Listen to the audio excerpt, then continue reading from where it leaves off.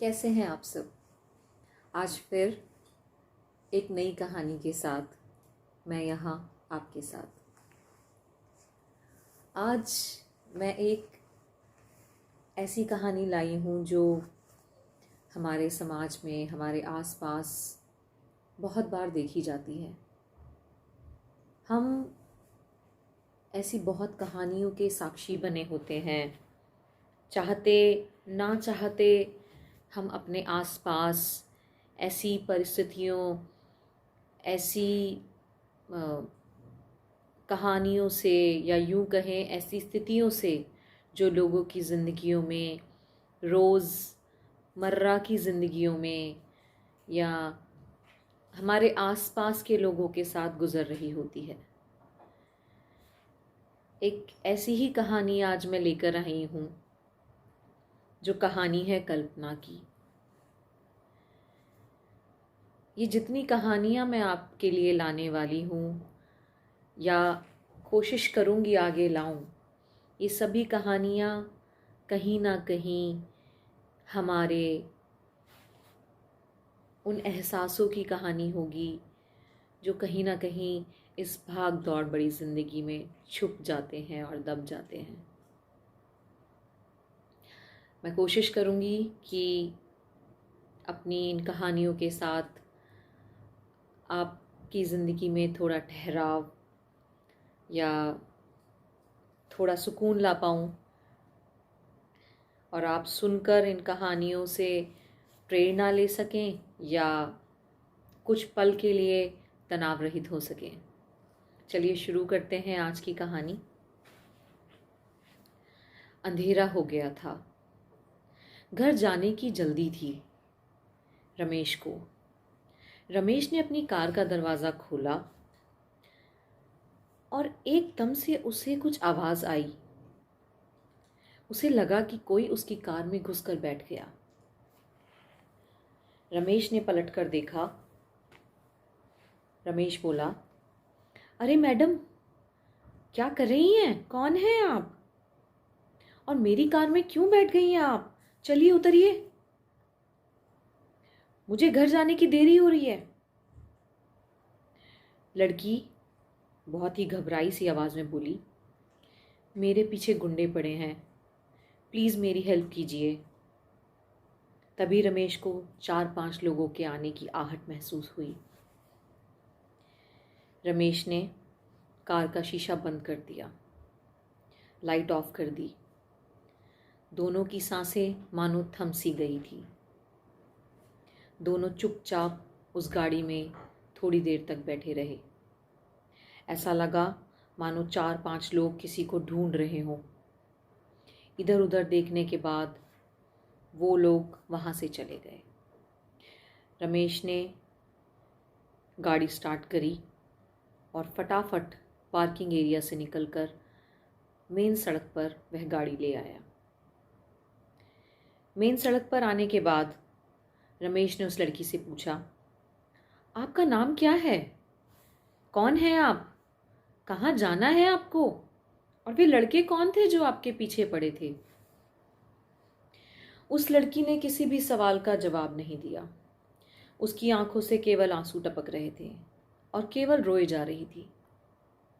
रमेश ने उसको पानी की बोतल दी और फिर रमेश ने कहा, यदि आप कुछ बताएंगी नहीं तो मैं आपकी मदद कैसे कर पाऊंगा? वो लड़की धीरे से बोली, मेरा नाम कल्पना है। वह सुमित और उसके दोस्त थे। रमेश ने पूछा, सुमित और उसके दोस्त? इसका मतलब आप उन सबको जानती हैं? कल्पना ने बोला, हाँ, सुमित मेरे साथ कॉलेज में पढ़ता है और मैं सुमित से शादी करना चाहती थी, इसलिए गहने और पैसे लेकर आज घर से भाग आई थी। इतना सुनते ही रमेश ने एक झटके से कार रोक दी और कल्पना को देखने लगा। कल्पना आगे बोली, जब मैं गहने और पैसे लेकर सुमित के पास पहुंची, सुमित अपने दोस्तों से मोबाइल पर बातें कर रहा था। सुमित बोल रहा था, चिड़िया जाल में फंस गई है, थोड़ी थोड़ी देर में जेवर और पैसे लेकर आ ही रही होगी। आज तुम सब आ जाओ, मिलकर पार्टी करेंगे। आज शराब और शबाब दोनों के मज़े मिलेंगे। इतना कहकर कल्पना चुप हो गई और बस रोती रही। रमेश को अब कुछ कुछ समझ आने लगा था। रमेश ने पूछा, कब भागी थी तुम घर से? कल्पना ने बोला, सुबह 10 बजे कॉलेज के लिए कहकर निकली थी। रमेश बोला, ओह, तब तो बहुत देर हो चुकी है, तुम्हारे घर वाले परेशान हो रहे होंगे। चलो मैं तुम्हें घर छोड़ देता हूँ। कल्पना रोने लगी, मैं घर नहीं जाऊंगी, मैं घर नहीं जाऊंगी। मैं घर गई तो मेरे पापा मुझे जान से मार डालेंगे। रमेश हंसकर बोला, अच्छा, जान से मार डालेंगे? आज तक कितनी बार जान से मारा है तुम्हें तुम्हारे मम्मी पापा ने, बताओ? कल्पना आश्चर्य से रमेश की ओर देखने लगी और बोली, एक बार भी नहीं। रमेश ने कहा, बचपन से आज तक तुमने कितनी गलतियां की होंगी, याद है तुम्हें? और कितनी बार तुम्हें माफ़ किया गया होगा, और माफ़ करके तुम्हारे माँ बाप ने तुम्हें गले से लगाया होगा। देखो, इस दुनिया में माँ बाप ही हैं जो अपने बच्चों की बड़ी से बड़ी गलती माफ़ करके उन्हें सीने से लगा लेते हैं। इसलिए तो माँ बाप को भगवान का दूसरा रूप माना जाता है। गलती की है तो गुस्सा करेंगे, हो सकता है 2-4 थप्पड़ मार दें, लेकिन जान से मारेंगे ये बात अपने दिमाग से निकाल दो। गुस्सा करेंगे तो माफ़ी मांग लेना, ज़रूरत पड़े तो उनके पैर पकड़ लेना। तुम्हारे मम्मी पापा तुम्हें ज़रूर माफ़ कर देंगे।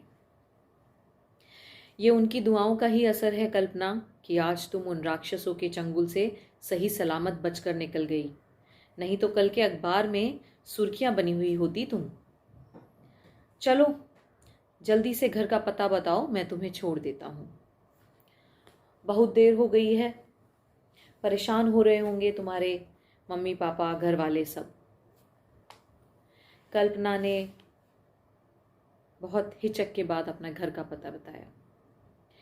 रमेश ने कार सीधा कल्पना के घर के आगे जाकर रोक दी। कल्पना धीरे धीरे चलते हुए दरवाजे तक पहुंची। दरवाजे पर जाकर उसने घंटी बजाई। कल्पना की माँ ने दरवाज़ा खोला और कल्पना को देखकर गुस्से से आग बबूला हो गई और बोली, कहाँ गई थी तुम? टाइम देखा है तुमने? सुबह से 10 बजे से घर से निकली थी, रात के 10 बज गए हैं। ये समय होता है घर आने का। और मोबाइल क्यों बंद है तुम्हारा? कहाँ है मोबाइल? कल्पना कुछ नहीं बोली। मम्मी की आवाज़ सुनकर और उसकी फिक्र देखकर कल्पना के सब्र का बांध टूट गया। वो अपनी माँ को गले लगाकर फूट फूट कर रोने लगी। अरे क्या हुआ, क्यों रो रही है? कुछ बोलेगी भी? तभी रमेश धीरे से बोला, रास्ता भूल गई थी। अपने घर का रास्ता भूल गई थी आंटी। कल्पना की माँ बोली, तुम कौन हो? एक अनजान शख्स को देखकर उसकी माँ सकपका गई थी और कल्पना की रोने की आवाज़ सुनकर वो थोड़ा डर भी गई थी। कल्पना की रोने की आवाज़ सुनकर एकदम से उसके भैया और भाभी भी बाहर आ गए। भैया भाभी को वहाँ खड़े देख कल्पना अपने आंसुओं को नहीं रोक पा रही थी। कल्पना के भैया ने पूछा, मोबाइल कहाँ है तुम्हारा कल्पना? कल्पना की भाभी बोली, मैं तो कब से बोल रही हूँ कि कल्पना का मोबाइल घर पर ही छूट गया है आज। कल्पना के भैया बोले, ओह चलो कोई बात नहीं, घर तो आ गई ना। इतना बोलकर कल्पना के भैया हंसे और कल्पना कुछ नहीं बोली, बस रोती रही। अब रोते रोते अपने कमरे में चली गई। उसके पीछे पीछे कल्पना की माँ, भैया, भाभी सब कमरे में चले गए और किसी ने रमेश के ऊपर ध्यान ही नहीं दिया। रमेश मन ही मन सोच रहा था कि चलो अच्छा हुआ, यहाँ किसी को कुछ पता नहीं चला। रमेश मन ही मन भगवान को धन्यवाद देने लगा और धन्यवाद करता हुआ वापस लौटने लगा। इतने में उसके कानों में एक कड़कती हुई आवाज़ सुनाई दी, रुको जेंटलमैन। रमेश एकदम से रुक गया। उसने पीछे मुड़कर देखा, सामने कल्पना के पिताजी खड़े थे। उनके हाथों में एक कागज़ था। उन्होंने कहा, मैं नहीं जानता कि तुम कौन हो, लेकिन मेरे लिए तुम किसी फरिश्ते से कम नहीं हो। रमेश आश्चर्य से कल्पना के पिताजी को देखता रह गया। रमेश से कल्पना के पिताजी बोले, मुझे आज दोपहर में ही पता चल गया था कि मेरी बेटी घर से भाग गई है। आज दोपहर में किसी काम से कल्पना के कमरे में गया तो मुझे वहाँ एक चिट्ठी मिली।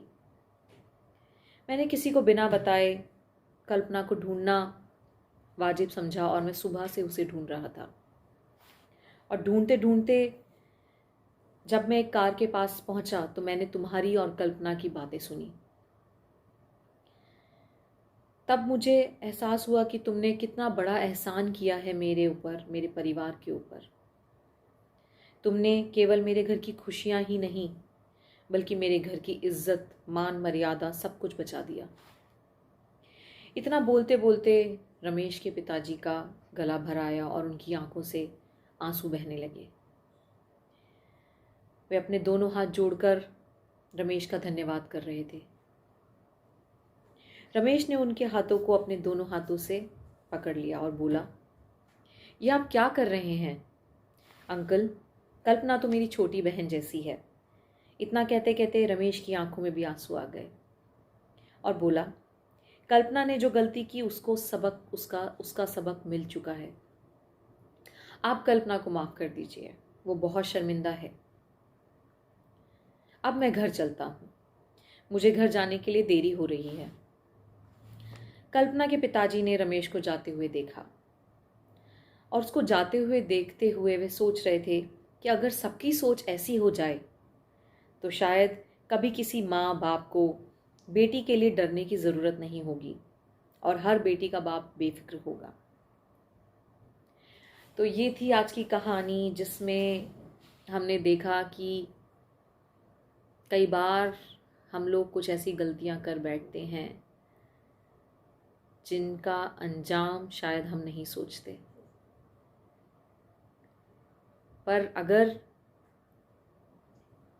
हम सभी एक दूसरे की मदद करने के लिए हमेशा तैयार रहें तो शायद ऐसे बहुत से मौके हो सकते हैं या बहुत से किस्से हो सकते हैं जो शायद कभी बुरे अंत के साथ समाप्त ना हो या जिनका बुरा अंत ना हो। तो आज के लिए यही थी कहानी। और मुझे कुछ लोगों ने कहा कि शायद मैं अपनी पर्सनल कहानियाँ शेयर कर रही हूँ। ये पॉसिबल नहीं है पर्सनल कहानियाँ शेयर करना। मैं कहीं इधर उधर से ही कहानी उठाकर बस आपके साथ यहाँ पर आने लगी हूँ। कोशिश करती हूँ कि शायद मेरी आवाज़ के साथ आप वो सुकून पा सकें जो हमारी इस भाग दौड़ भरी ज़िंदगी में कहीं खो सा गया है। मैं वापस आपसे मिलूँगी, उम्मीद करती हूँ कल एक नई कहानी के साथ। तब तक मेरे साथ रहिए, जुड़े रहिए। अगर आपको कहानी पसंद आए तो आप लाइक कर सकते हैं, एक कमेंट छोड़ सकते हैं, और साथ ही अगर आपके पास कोई ऐसी कहानी है जिसको मैं यहाँ सुना सकूँ, जिसके हम सभी साक्षी बन सकें, हम सभी जान सकें, तो आप प्लीज़ मुझे मैसेज कर सकते हैं, लिख सकते हैं।